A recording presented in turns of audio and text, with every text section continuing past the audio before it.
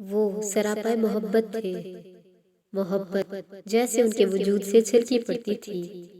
سوچیں، اللہ کے نبی تھے، کس قدر بار گراں ان کے کاندھوں پہ تھا، جسمانی اور ذہنی مشقتیں تھیں، کتنے ہی جگہوں پہ ہوتا ہوگا۔ مصروفیات کا جو بوجھ ہم اپنے ساتھ لے پھرتے ہیں اس سے کہیں زیادہ ان کے ساتھ تھا، پھر بھی ان کے نزدیک انسان اور ان کے جذبات کتنے اہم تھے۔ انسانوں سے محبت کرنا، ان کو سمجھنا، انہیں اہمیت دینا۔ وہ محبت بانٹتے تھے، ایسے جیسے وہ مجسمے محبت ہوں۔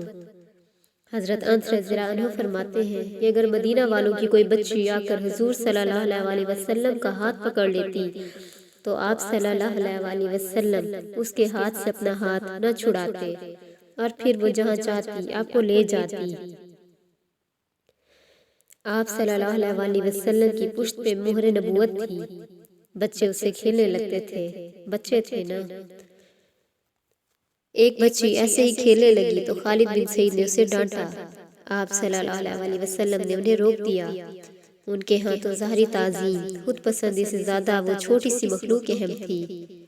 کہتے ہیں کہ کھیلنے دو خالد۔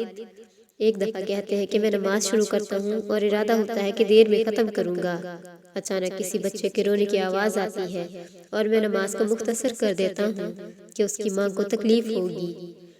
عبادتوں میں بھی استطاعت کا خیال رکھا، دین کو اس قدر پر مشقت نہیں بنایا کہ لوگ اس سے اکتا جائیں۔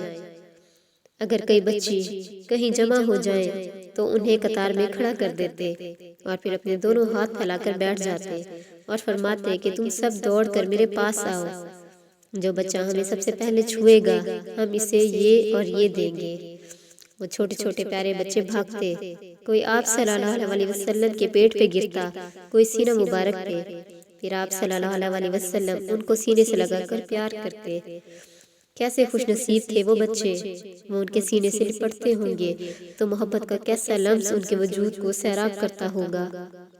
ان ننھوں کو کیا معلوم تھا کہ رسالت مآب خدا کے نبیوں برگزیدہ ہے، انہیں تو وہاں رحمت للعالمین نظر آتے تھے۔